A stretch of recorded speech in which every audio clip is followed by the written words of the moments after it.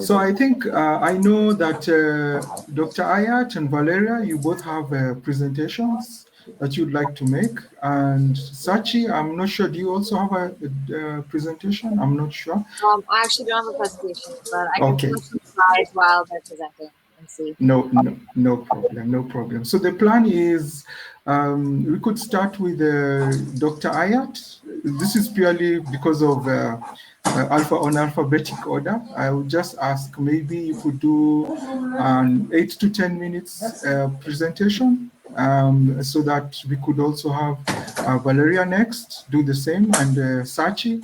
And then that would take care of the first half hour. And then in the next half hour, we could open it up for the participants to, and who is in the call to just ask questions if they have any. And we could have a conversation around the presentations. So I hope that's okay with everyone. Yeah, one thing, Dr. Ayat, your presentation, who is presenting the presentations? Kathleen? Yes, I sent them to Kathleen and I logged out and in again and it's still disabled. I went to the settings, but it's not availing me the option to activate the camera. Oh, I'm sorry about that. Okay, I think if it's any comfort, I think the avatar, I think is called, that you've put is perfect and we can hear you perfectly. I don't know if it's much comfort. As you continue maybe with the process.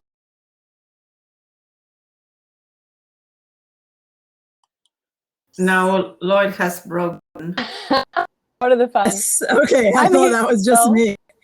So maybe do if that is okay for you, and Valeria for you as well. Let me make sure I've got my presentation in order. One moment here. What I'll just do is start sharing my screen momentarily. While we wait, Lloyd, are you back? Not yet. Okay. One moment here as I get it up on my second.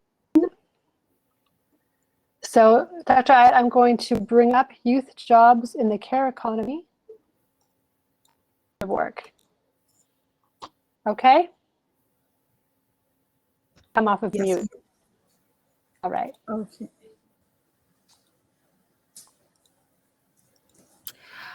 There is also, I proposed a couple of polls, but perhaps it would be good to have them.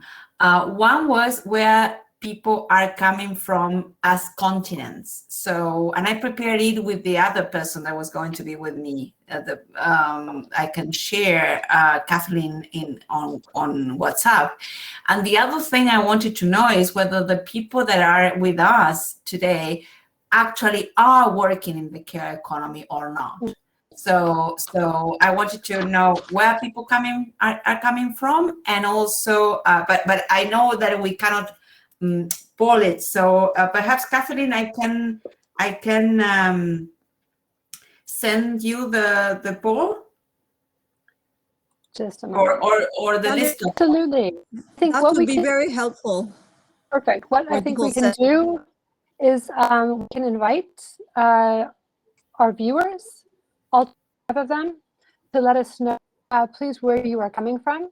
I see here we have Cameroon, we have Nigeria, we have Zimbabwe. So if everyone can let us know where you're from, that's wonderful. Okay. And we can even people as well to let us know, are you working, hi Melinda, Melinda's from Australia, are you working in the care economy? Well, we're not on a poll, just to get, or is it too complicated to set up? I can do that. No problem. Yeah. Are you working in the care economy and Se ha producido un error. Vuelve a intentarlo más tarde. My goodness. Okay. The only thing I was missing was Google popping up. I love it. Okay, so let me just add options here. Yes, I'm creating your poll for you. So, do you currently work in health education, health or education? And so that will summarize what. Okay. Yes. No. Yeah. Okay, so let's let's see, do you work in health? And I'm adding that here. Yes. Or no. Oops. Or no. Create polls. Okay, so we're doing polls here. And then I'm going to ask, do you work in education? Or health. Yes, I've just done health. And all right, so to our audience out there, can any one of we would invite you to join the poll. Okay, wonderful. So we've got a few polls out there right now. Can everybody see the polls? Yes, we can. Wonderful. Okay, so you're welcome to join. Warmly welcome you to join the polls. As our audience is participating in those polls, what I can do is Kathleen, the third question summarized the other two. I wouldn't have the third question. But all right, the other is domestic work, but I doubt people are going to be working domestic work. You're right. We have working in the care. No, we have. Do you work in health, or do you work in education? Should I delete those two? I would delete the care economy. So if we want to know who is in health and who is in education. Okay. There we go. Do you work in education? Do you work in health? Perfect. Yes. Excellent. All right, over to you. I will share my screen now for Dr. Ayed. And Lloyd, is that okay with you, Lloyd? Yes, please. Yes. Perfect. Sorry, I lost electricity for a second. But... No worries. Yeah. All right, I should be sharing my screen now. Do you see my screen? Yes. Okay. Thank you.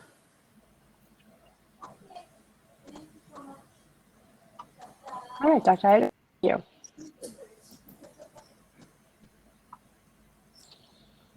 Thank you. Will Lloyd start or should I? No, Dr. Ayed, please go ahead. Okay. Just go ahead and make your presentation. I have my pen and my paper right here. Throw a few questions at you. Okay, great. Thank you. Thank you, Lloyd. Thank you, colleagues, and welcome to the participants and audience that joined us. The presentation will be brief, giving a landscape on the health and care situation, a global landscape where we see from this slide projected ahead that taking an example and looking at the globe, Africa carries 24% of the disease burden, where 4% of the workforce is there. And it hasn't changed the situation over the past decade. If we were to reach the universal health coverage and sustainable development goals, then we need 6 million health workers and 18 million to be created jobs. Next slide, please. Looking at this slide and looking at the global supply and demand, where a clear mismatch is projected between high, upper, and lower middle income countries, where the countries in greater demand for it, the upper and lower middle income, will, as we know, unfortunately be able to create the supply of health and care jobs in order to fulfill and meet the gap. Next slide, please. Yes, but what we're trying to do and say and advocate with national governments, policymakers, academics, institutions, and so forth is creating the argument that investing in health and care workers is indeed investing in health. And as we can see from this slide, that the health and social sector projected to create 80 to 130 million new jobs by 2030. And indeed, over the OECD countries, and Valerie, my colleague from ILO, yes, we do lend a lot of your graphs and demographics, double employment growth rates in health and social sector in comparison to total employment and growth. And indeed, investing in the care economy could boost the total female employment rate by 8%. Next slide, please. Yes. So in here, this graph basically projects the health and social care workforce, predominantly it being female, consisting of an average of 70%, where unfortunately the share of women, and that's the dotted in orange, employment within the health and social care workforce is significantly larger than the overall share of women's employment in the economy, which is somewhere at or below 40%. Next slide, please. And yes, looking at the gender equity and the women's economic empowerment, where 70% of the health and social care workforce are women, but only 20% of senior management and leadership positions are held by women. Women's contribution, as we said earlier, is estimated to 3 trillion US. But half of the women are engaged in mainly unpaid and underpaid care jobs. And some of our panelists earlier pointed that out too. There's an apparent gender pay gap. It's higher at between 26-29% against a global gender pay gap of 20%. And as we can see also, gender bias, discrimination, power relations that impact negatively on the workforce and the overall social and healthcare system in the form of sustaining insecure employment in low and poor conditions. And I'd like to point out the 2018 gender gap report that highlights that the economic gender gap will take 202 years to close. And I don't think that any of us here will have the time or inclination to wait for that. So we have to act now. In order to create the 40 million new jobs and the shortfall of the 18 million health workers, that cannot be met without serious investment in health and in social workforce. And indeed, an additional 2% of the GDP investment into education, health, social service could increase overall employment rates to up to 6%, which could translate into an increase in women's employment by up to 8%. Next slide. And yes, we're all working towards sustainable development goals. We're all working towards a progressive health workforce agenda. And we're definite that no universal health coverage is without health and social care workforce. And I guess the past year and the pandemic was a strong testament to the importance and the need of health and social care workforce. It's a multi-sectorial agenda with renewed global commitments to health. And the key issue is that these goals are interconnected, and success in one of these 17 goals will involve addressing issues more commonly associated with another. So we're not looking only into SDG 3, but with the other goals that are included in it. Next slide, please. And this just reiterates what we have been saying. And at the current rates of progress, fewer than 5% of countries were projected to reach the 2030 targets for the two indicators. Translation of the global SDG framework into investment and policy remains still in its infancy. And indeed, we need to invest in health. We need to invest in health and care workers. We need to invest in youth and encourage that. Next slide, please. And to address that, we have to go back and to the High-Level Commission on Health, Employment and Economic Growth, which was established by the UN Secretary General in 2016, that made 10 recommendations to stimulate and guide the creation of at least 40 million jobs in health and social sector in order to project and to reduce the shortfall of 18 million. Next slide, please. So the 10 recommendations, as you can see here, put forward 5 immediate actions. The first 6 recommendations are to transform the health workforce for the SDG, while the 4 last recommendations focus on how to enable the necessary change. So we'll look at the first set of recommendations, stimulating investment in creating decent health sector jobs, particularly for women and youth with the right skills, the right numbers, and in the right place. And I can't emphasize that enough. The second one, maximizing women's economic participation and foster their employment through institutionalizing their leadership, addressing gender biases, inequities in education, health labor market, and tackling gender concerns. And the third, to scale up transformative, high quality education and lifelong learning so that all health workers have the skills that match the health needs of the population and can work to their full potential. Next slide, please.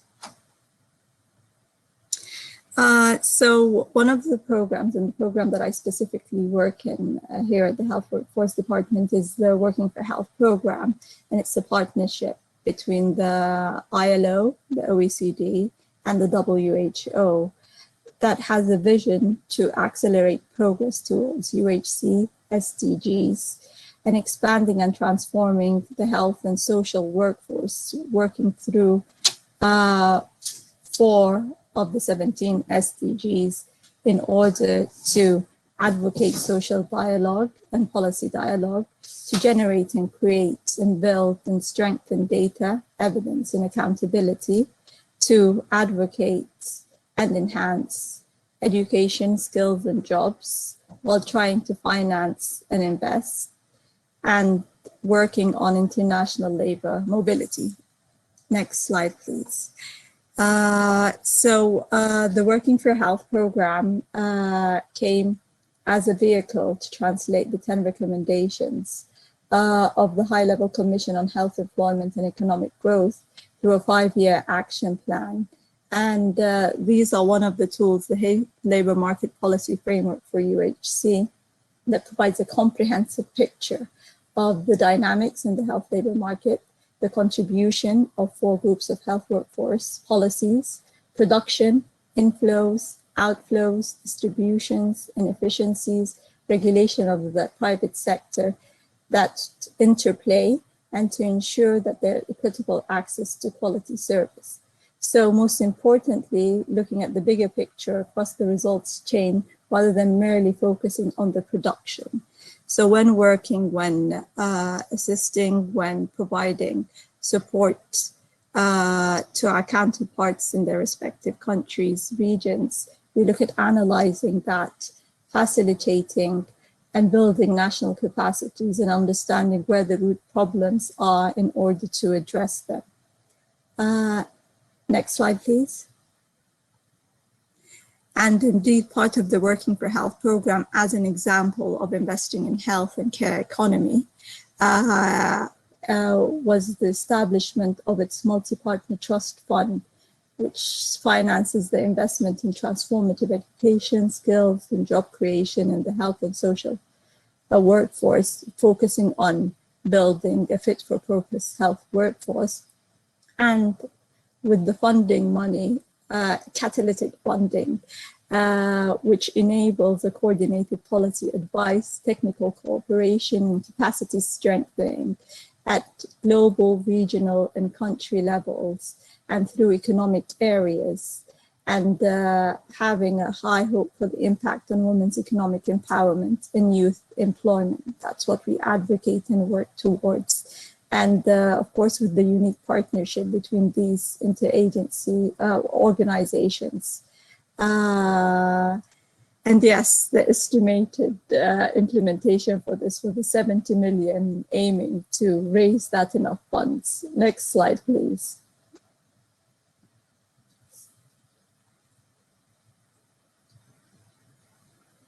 Thank you. So it was through this program that we envisioned an increase of creating job opportunities in order to assist and to help in the shortfall throughout the different regions and throughout the different levels. Next slide, please. Some of the examples that we have, and I'll be projecting here, are the examples of the support provided through the program through its regional and economic communities as the West African Economic and Monetary Union countries and the South African Development Community, where we supported 8 countries to develop their HRH investments in their own countries. And through the SADC also supporting its 16 member states to develop a new SADC regional HRH strategy and framework. So the Working for Health program provided the guidance and the economic analysis and resource mobilization in order to enable that. Next slide, please. And also our work is also through country level by providing different types of support, being that policy dialogue, multi-sectorial engagement, bringing all these stakeholders in health and in health workforce, conducting labor market analysis, workload analysis, looking at refining HRH strategies and plans, including education reform, accreditation mechanisms, pre-service curricula. And examples are the work done in Guinea, where there's the rural pipeline led to an increase of 15% proceeds of the mining sector allocated to rural development, mobilizing resources into health and care workers. They generated an impact of 10,000 new community-based health workers being trained and recruited locally, mostly in the rural areas. And likewise, Niger, where the HRH investment plan developed for rural areas, where intersectoral rural pipeline in the Diffa region, decentralized recruitment, which had an impact in creating 450 public health sector jobs for youth in rural areas. Next slide, please. So from the African continent to the Asian and European continent, where we have also a similar program working through Cambodia, Kyrgyzstan, Nepal, and Sri Lanka, cross-cutting through the 5 expected achievements, working through generating activities, building national capacities towards an enhanced intersectoral dialogue, strengthened workforce, national workforce strategies, and health worker mobility.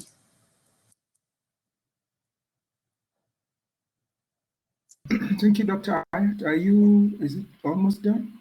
Yes, so Okay. that's in a nutshell some of the different activities, programs that are done at global level that work together at national and regional level in order to enable and create the argument that investing in health and care workers is indeed investing in health. Thank you. Over to you, Lloyd.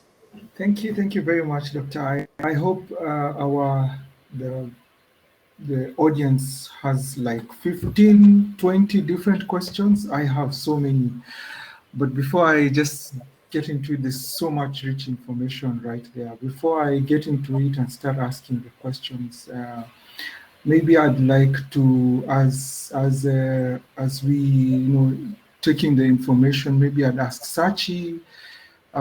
Purely because of alphabetic order. But Lloyd, Valerie, you have something you would like to say? Yeah, I would like to come in now. Oh, you would like to know? Problem. Yeah, because it's very general. If not, we are going to jump from general to particular to general, and I really like to come in now. You want to come in high level? No problem. Welcome. You can go ahead. Thank you. If Kathleen shares the slides. So Valeria, I'm bringing them up. Give me a second. Yeah. Yes. So well, okay. We'll have 10 minutes for it, Valeria. Go ahead. Sorry. Yes, and I will try to be even shorter. And you really do put a break on me if I overstep on the time, because I really want to engage with our audience. There is one message I forgot, but I think it is really important, and is that the core and something that Dr. Ayat has said is that good quality working conditions in the care sectors means good care provided. And that is something that we need to bring up very strongly, that there is a connection between how the work, and Sashi also said that before, that the needs of the care workers should be covered, and their working conditions improved, not only because of them, but because it's the only way that we provide care in quality care. So I will rush through this report. You can Google it and find it and read it. And there are summaries, and it is in Spanish, in French, and in English. The next, please. But one thing I wanted to, the next slide, please, Kathleen. Sorry. One thing I wanted to emphasize is the centrality. It's not coming. The centrality of the intersection between care and. Sorry, just give me 1 minute. Yes.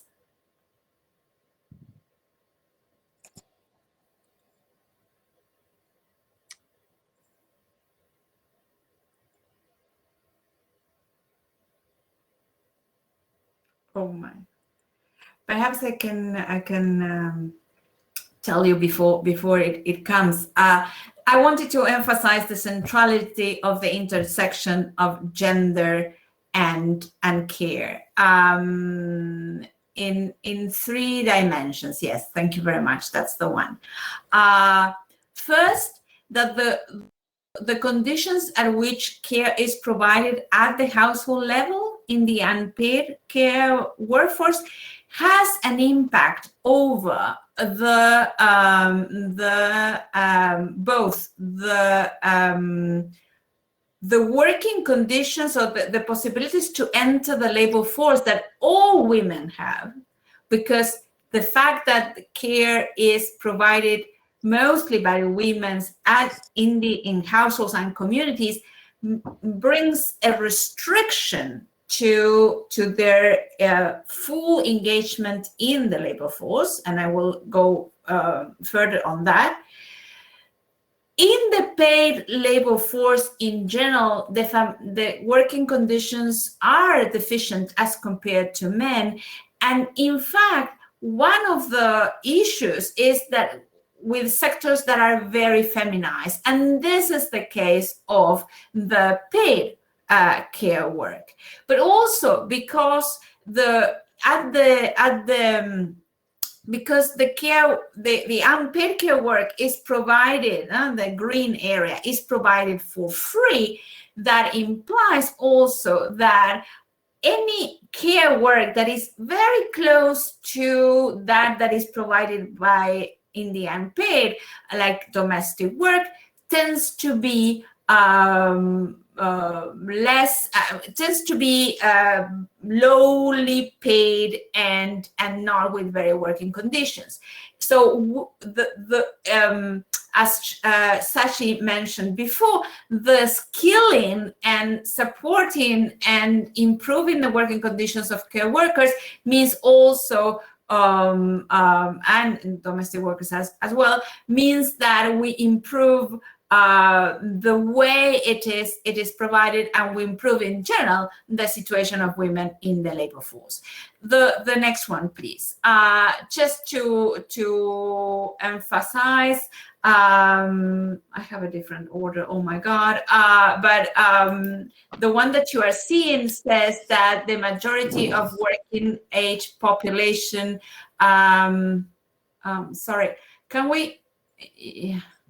Can we go to that one? Yes, please.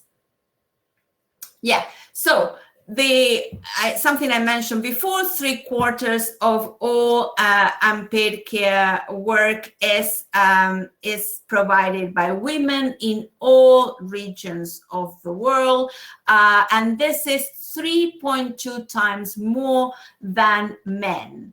Let me go fast to the next one, because that is the one I wanted to emphasize, is that the unpaid care work constitutes the main barrier to women's participation in labor markets. And this is particularly the case for young women.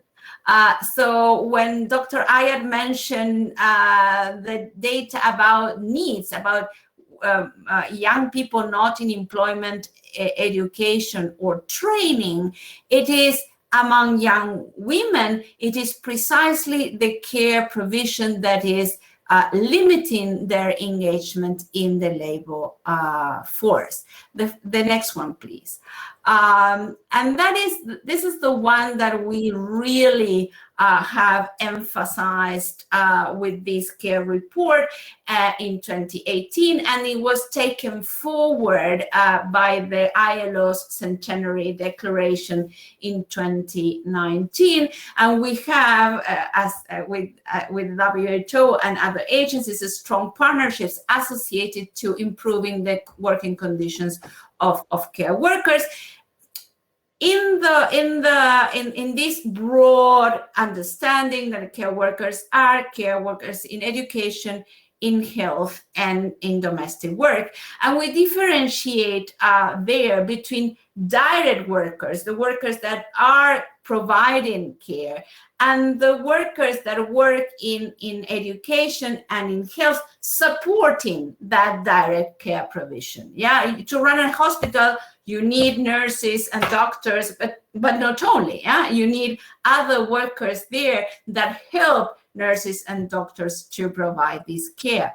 And this in the total global care workforce was 381 million workers in 2018. That is 250 million women and 132 million men.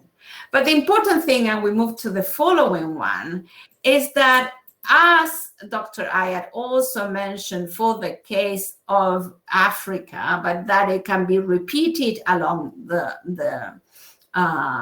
other regions, is that these workers and the other sectors are not distributed equally. And there are many regions that face a deficit of care workers, both in education and health. In some regions of the world, some of these deficits, and that is the yellow countries there, are covered by domestic workers who have the worst working conditions in the global workforce and high levels of informality, and have been particularly hit because of the COVID-19 crisis. But you see, the world is varied in these different models, and there are countries, the developed ones, in which there is a strong workforce, although some deficits in terms of pay are visible, and are the place in the world that we have better working conditions and sufficient, I would say, number of workers is in the Northern European countries. But you can see that also it cannot be said that all the Americas and all Asia or all Africa are similar, because they are not. There are these variations. I will jump to the following one. Catherine, I realized I shared the wrong one with you, but that is okay. But I jumped that. No, the previous one, yes. So I jumped, I had prepared something on other workers, but yeah, anything that can go wrong could go wrong. But let me emphasize this, that we said strongly that in order to meet the the SDGs on health and education by 2030, there is a strong need for investment in the care economy. There is a strong need for investment even to keep the working conditions and the situation right now with current deficits, but just for the sake of the fact that population is going to grow and older population is going to grow, more investment is going to be needed. And certainly the COVID-19 has proved that we were not doing that well in health either. So what we are saying here is that investing in the care economy has multiple positive impacts. Of course, it brings up the provision of care by professional and decent workforce, and that is something that is meeting the needs of those who need care. It is also a possibility for removing some of the barriers that make it impossible for women to get into the workforce.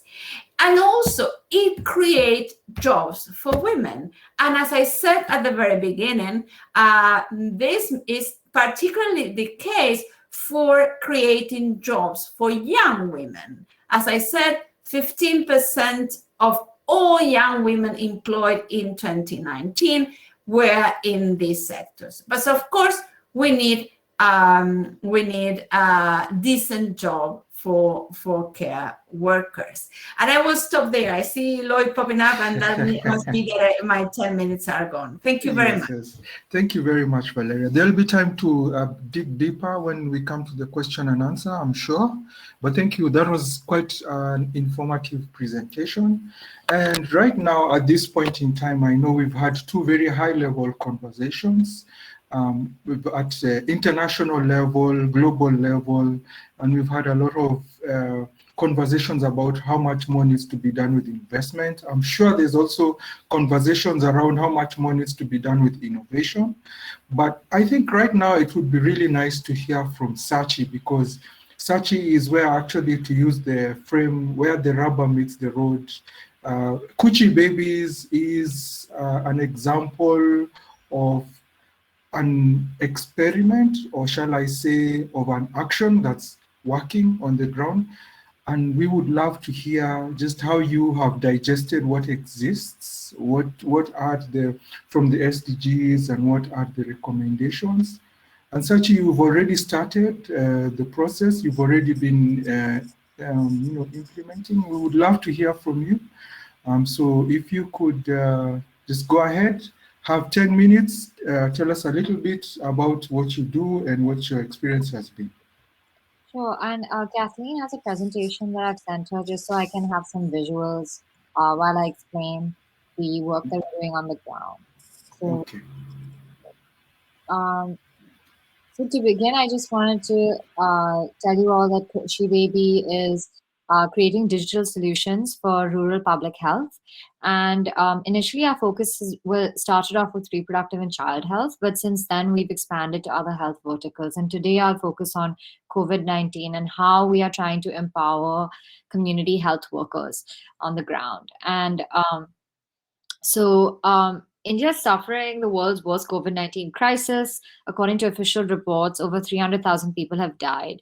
And the crisis is quickly spreading from urban centers to rural communities. And if we can go to the next slide. And in rural India, there's one doctor for every 10,000 people. And that's 10x less than what WHO recommends. And that's why we have to have a very strong community health workforce, as well as a very strong midwife and nurse workforce. So we can go to the next slide. So the lady that you're seeing on the screen, her name is Radha, and she's an ASHA worker. And an ASHA worker is a local female community health worker who is elected in her village itself. And there are over 1 million ASHAs in India. And if you notice, Radha is collecting COVID-19 survey data on paper. And using paper-based systems in these last mile settings is effective because it's offline, but it's also limiting because there's a lack of timely data and tools to coordinate care. And that's why India's response to healthcare emergencies in rural areas is limited. So we can go to the next slide.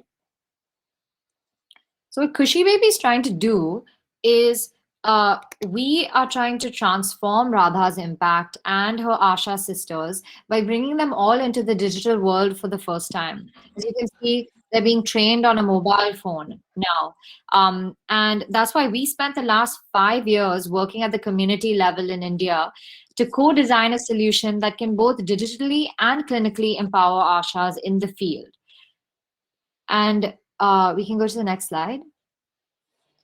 So what you're seeing here is really a connected ecosystem which we're trying to implement. So community health workers screen beneficiaries, they refer high-risk beneficiaries to medical officers at a higher level, and then the medical officers provide clinical follow-ups. And this whole system is, this whole process is being covered by our longitudinal mHealth solution, which is where a community health worker and a medical officer and a nurse all have mobile phones in their hands.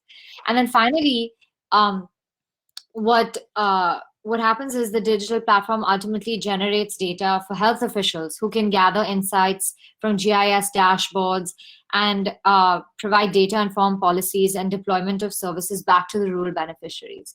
At the same time, rural beneficiaries receive automated awareness voice calls to remind them regarding their clinical visits. So we're trying to touch everyone who's part of this system.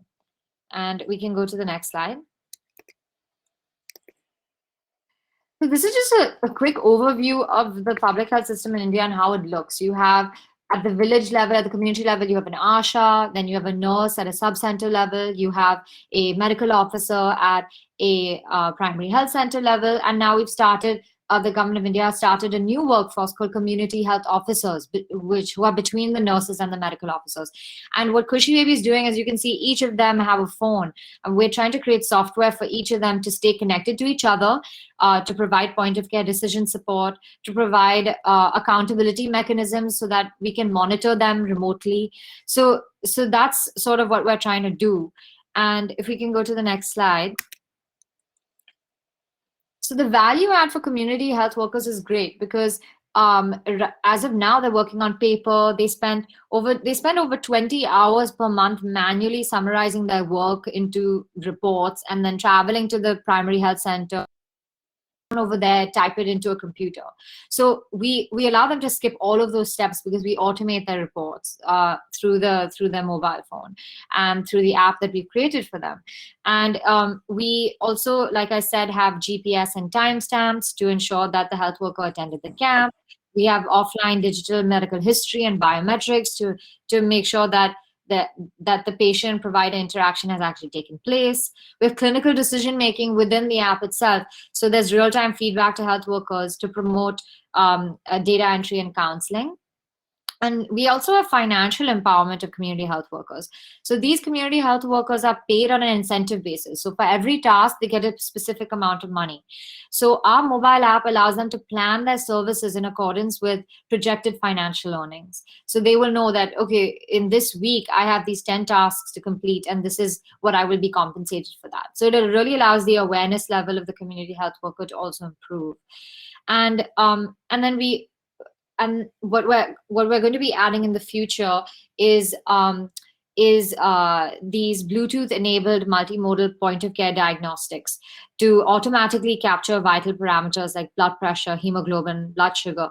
Right now, the tools that they use to screen beneficiaries clinically are quite basic, and they take a lot of time, and they're not always as accurate. So we would try to improve these tools that they use as well, besides just the data collection and the point-of-care decision-making with the mobile app. And then we can move forward. So our platform is unique because we focus on grassroots data accountability. So you will see mobile health platforms across the world, and I think the limitation there is that that there aren't enough mechanisms to ensure that the data being collected is of a high quality. So we have facial and thumbprint biometrics. We have data quality scores that we create for each health worker to try to understand which health workers are providing the most trustworthy data.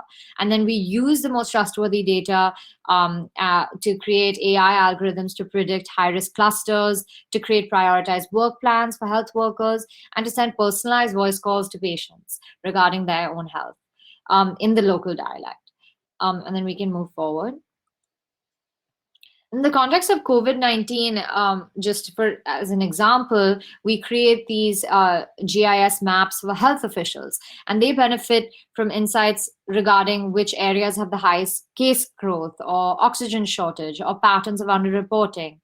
And our platform, and you can go to the next slide, our platform exceeds beyond COVID-19 and includes other infectious disease and non-communicable disease. So in a way, it's creating like a health profile for every individual. And we try to understand where are the pockets where COVID-19 is overlapping with other high-risk conditions and comorbidities. And once health officials overlap those, then they understand they have unprecedented village level insights of hotspots and areas which require immediate attention. And then they respond by deploying local health camps or medical vans and other resources to the most high-risk areas. And we can go to the next slide. So our platform has made impact at scale, and last year we had 60,000 health workers onboarded onto the COVID-19 platform, and they've used a solution to track the health of over 14 million beneficiaries, and this has led to thousands of follow-up visits to the medical officer as well. And this has all taken place in Rajasthan, which is India's largest state, and now the platform will also be used to do a comprehensive digital health census and track COVID-19 vaccines as well. And then we can move forward. So this is just a slide regarding our scale, just to give you a picture about where we work. So initially I mentioned Rajasthan, which is India's largest state. That's where we serve as nodal technical support partner, and most of our impact is there. But we also are working with partners like the Norway-India Partnership Initiative to scale some of our solutions for reproductive and child health to 5 more states. And we also were selected as one of the Grand Challenge finalists by the government of India to support their vaccine intelligence network called CoWIN. So now we will be supporting their COVID-19 vaccination tracking across the country, particularly in the realm of accountability. And then we can move forward. So a little bit about our team, since we've talked a lot about youth and what kind of skills are required to not just participate in the care economy, but also to contribute to the improvement of the care economy. So we're a very young team. I myself am 24, and we're very diverse. We have public health practitioners, we have designers, developers, data scientists, and public health and policy professionals. And we also have 17 individuals working directly in the field with the community health workers to really understand the core of their issues and where we can improve. And we work together to ensure end-to-end delivery of the digital health platform.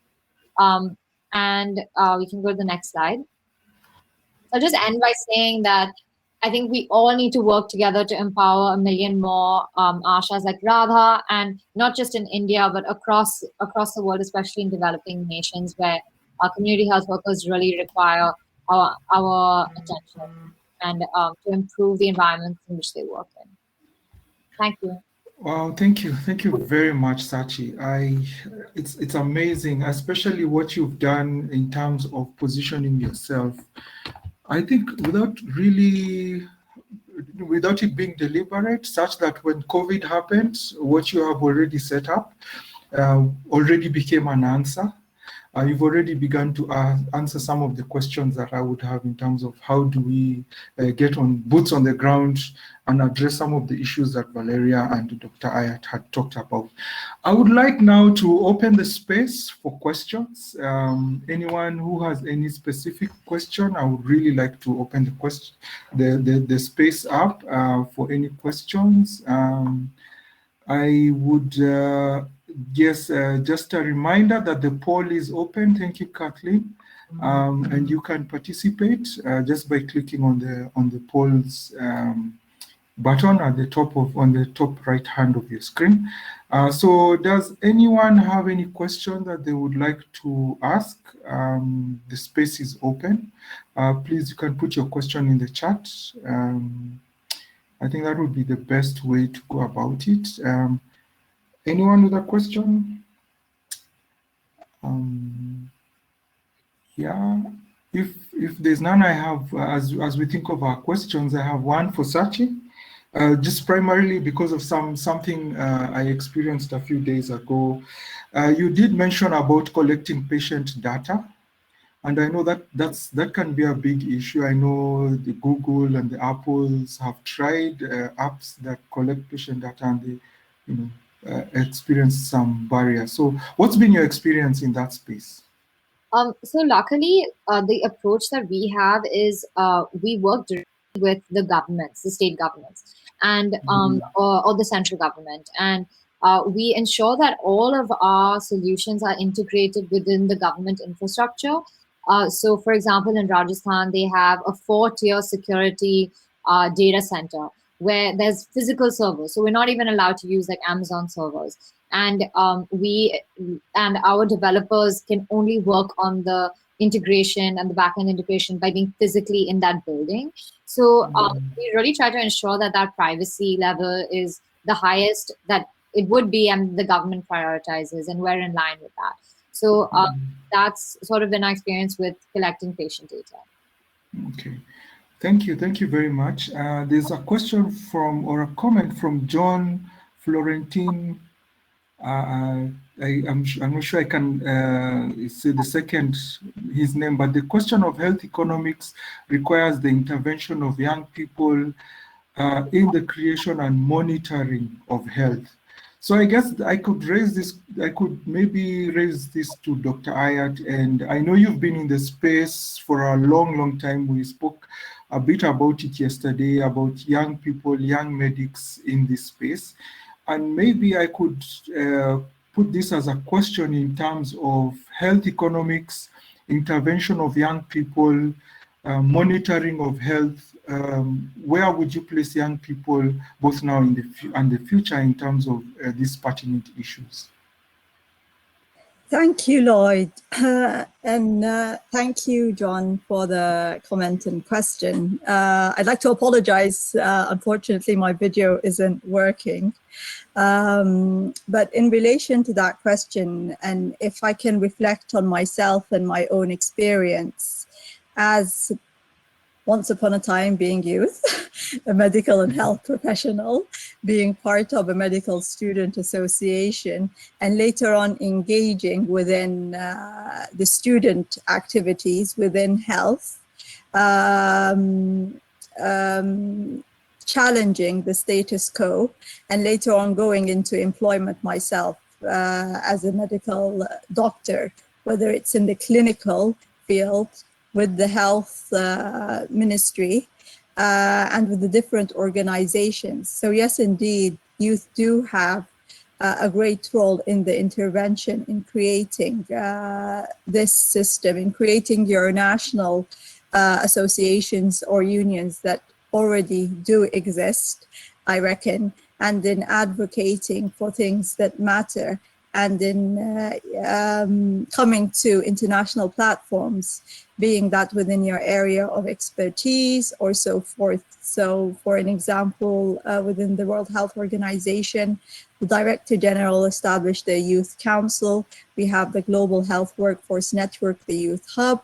We have different platforms that are available in order for youth to advocate and to challenge us and to work together hand in hand, and not only through specific programs, but cross-cutting throughout the different departments and sections. And as we just ended the World Health Assembly 2 weeks ago, there was a pre-World Health Assembly that also established with a youth forum included throughout it. So these are all different platforms, different opportunities. And as youth, you create the opportunity, and you will indeed. Thank you. Over to you, Lloyd. Thank you very much, Dr. Ayat. Maybe I could just raise the exact same question to Valeria and Sachi. Maybe you could start with Valeria. What would you add to Dr. Ayat's response? Well, Dr. Ayat answered John's question on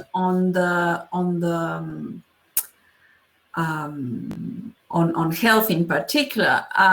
What we know is that, and again, Dr. Ayat had mentioned at the beginning, in fact, in the plenary, some data about how impacted youth people have been because of COVID, in terms of losing their employment at higher rates than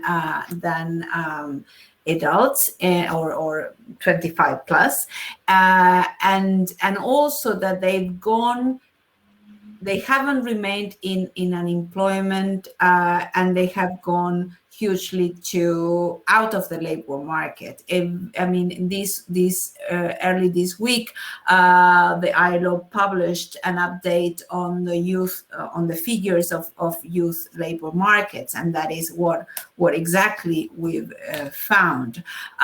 So the participation of young people is crucial, and in that, and I think that policies that specifically tackle them, because the fact that they sometimes they lost their job, but they are the young people who don't enter, the COVID-19 crisis have also stopped them from entering the labor force, and therefore, because they cannot claim their status as former workers, sometimes the policies that are implemented lose sight of them. So in that sense, the ILO is very much focusing on young people and trying to identify where the jobs for young people are going to come, either from the green economy or the digital economy or the creative economy, and certainly from the care economy.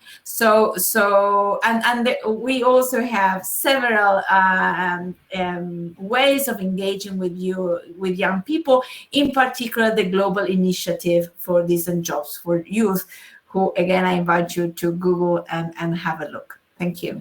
Awesome. Thank you, Valeria. Sachi, anything you would like to add? Yeah, I think besides young people directly participating in the care economy as caregivers or paid caregivers, when I think John's question mentioned like creation and monitoring of health, and I think that the younger generation has a much strong, the younger generation has a much more access to engage with digital technology. And when we think about monitoring health, I think these young minds sometimes can get involved with innovation and try to understand what are ways in which we can use technology and combine it with human effort and really try to culturally contextualize. And you can send these young, energetic people into the field to really understand like what is the culture, what are the users like, and then try to understand how can you blend this to improve the efficiency of community health workers and improve their daily life and reduce the workload that they have in terms of like the drudgery work, if it can be sort of improved in that way. Okay, thank you. Someone in the conversation, I think it's called Wishmore. Wishmore says that in Zimbabwe, high school girls are forced to stop going to school during their menstrual period because they can't afford to buy sanitary pads. So Wishmo is also talking about barriers that young women face even before they start engaging with the work, the workforce. And so I'm just curious to hear from the panelists.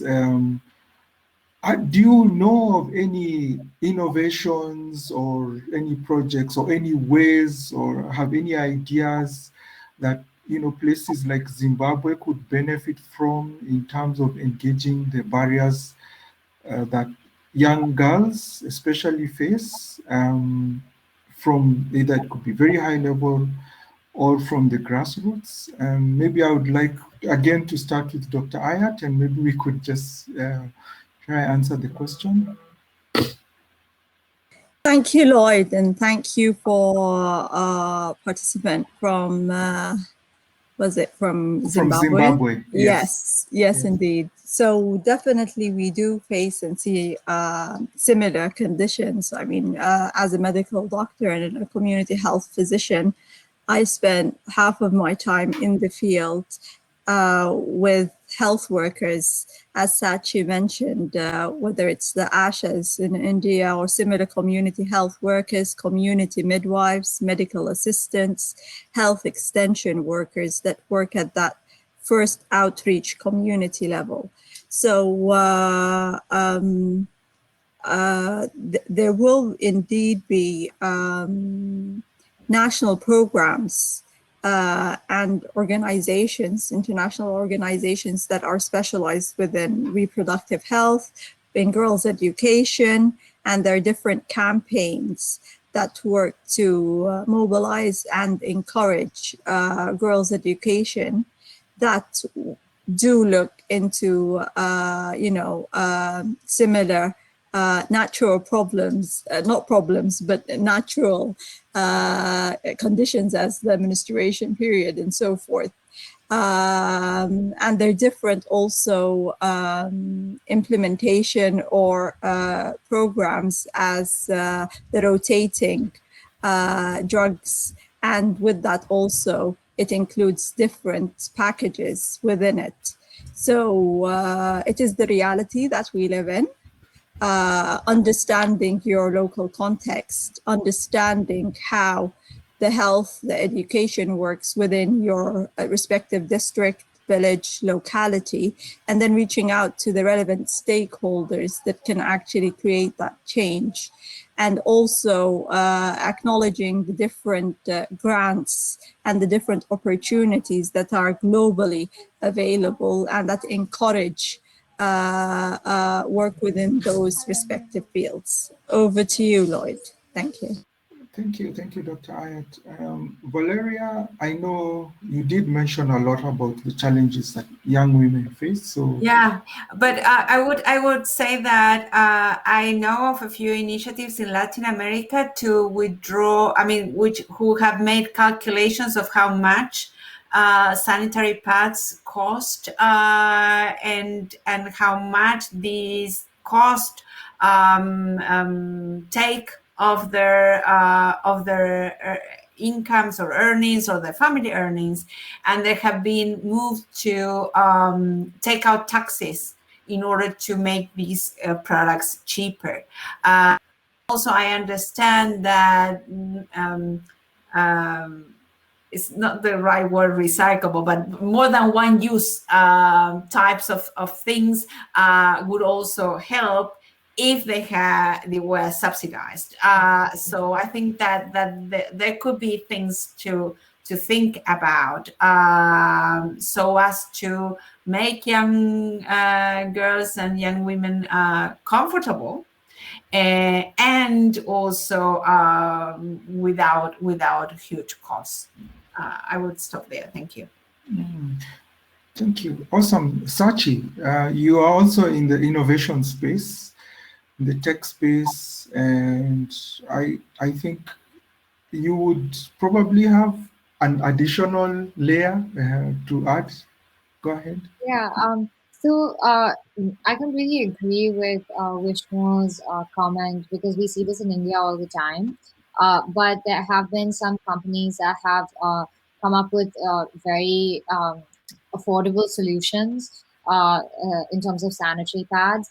And I think the problem is not always affordability as much as it is like the education and awareness level, because at least in some areas, because it's, I think the openness to use a sanitary pad, or the openness to go to school when you have when you're menstruating. I think the idea in India, there's often like you cannot go to the temple, or you cannot eat with your family when you're menstruating. So it's like there's a lot of stigma around the issue, which also prevents girls from actually continuing with their normal tasks, like going to school or working during this time.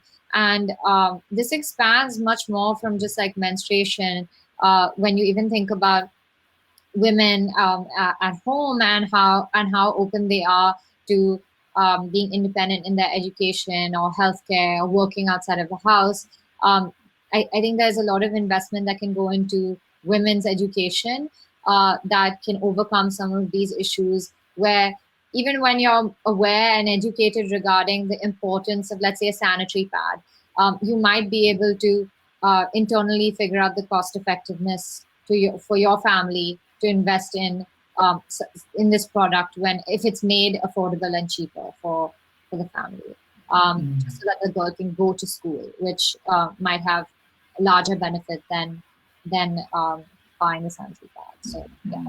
Okay, awesome. Thank you very much. I think we've had quite an interesting, exciting, informative conversation, and I think it would be a good time to put a pause at this point in time. But before we close, I would really like to give the panelists maybe a minute each, just to conclude, just to tell us one thing to take home with us before we close.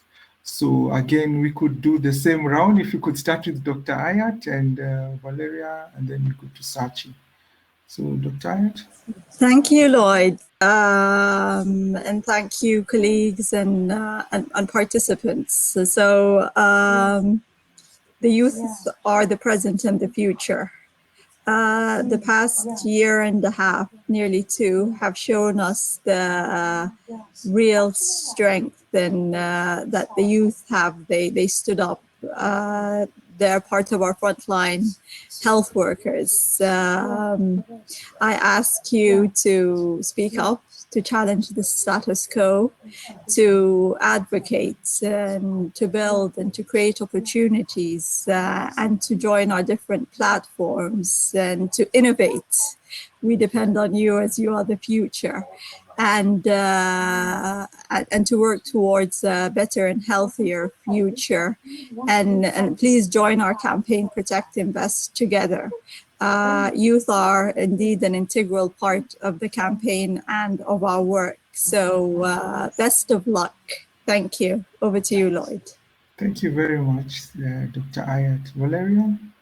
I would like to add to what Dr. Ayat said, that we know that we are concerned about young people's future in the labor force. We don't want to see a lockdown generation. We really are putting at the ILO all our emphasis on all our technical capacity to help governments and other social partners to pay attention to creating jobs for youth. I share with you two platforms where you will find materials, reports, inspiring web pages, and knowledge creation as well. And I really hope that the care economy becomes a source of decent jobs for young people in the very near future, more than it's actually the case now. Thank you. Thank you. And Sachi, before you, or as you give your final concluding remarks, I think Abiola Karim has asked a very interesting question, and I think it would be really nice if you could maybe attempt to answer. She says, how can young people be involved in getting job opportunities in the health sector, especially within government, seeing as you already are engaged in your project? So go ahead. Yeah. I'll first answer the question. I think I can't really speak for Nigeria, but I think we have similar problems in India, where sometimes it feels very inaccessible and you're not really taught in school that this is an option for you. And I think that getting involved with local NGOs is probably the best way to get involved with the government sector, because directly enrolling in a government job might be much more difficult. And if you want to work at a policy level, that's also very difficult. And especially we see like large underrepresentation of women within the government, especially in India as well. So I think going through some sort of NGO is probably the best way that I would advise to explore specific government sectors. And back to the closing remarks, I just want to say that I think that there's so many ways to contribute to the care economy, especially at the front lines where all of these new jobs are going to be opening up soon. But before this explosion of new opportunities within the front lines of the care economy, I think it's important for the youth to work together, to work on policies and work on innovations and work on all of these different aspects that make the care economy an environment which is exciting and comfortable to work in, and really trying to think about the carers of the future and their mental health, and how can we make sure that their work is efficient, comfortable, and that they're happy, because I feel like happy caretakers result in like happy patients and happy people. So and quality care. Yeah. Thank you very much, Sachi. Carers of the future. Thank you to everyone, Valeria, Dr. Ayat, for your awesome and wonderful presentations and for your information.